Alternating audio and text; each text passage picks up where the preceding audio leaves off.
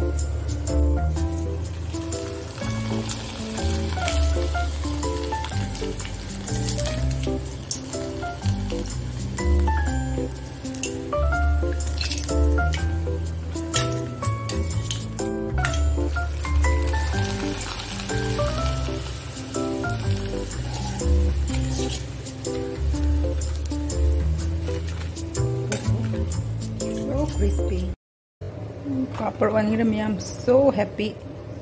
Wow.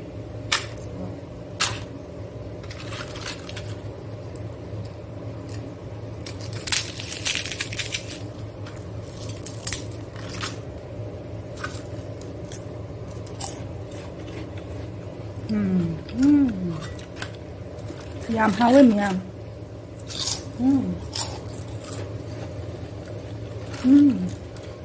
So how am nam so nam. So tasty, so delicious. You get the sticky rice aroma, delicious. Just melt in your mouth. It's yum, how am yum. So how am nam so nam. I do my crispy do go yum. Soft or crispy way. I call him Papa later got chab do kachani miam. This is try to ring, mai ni.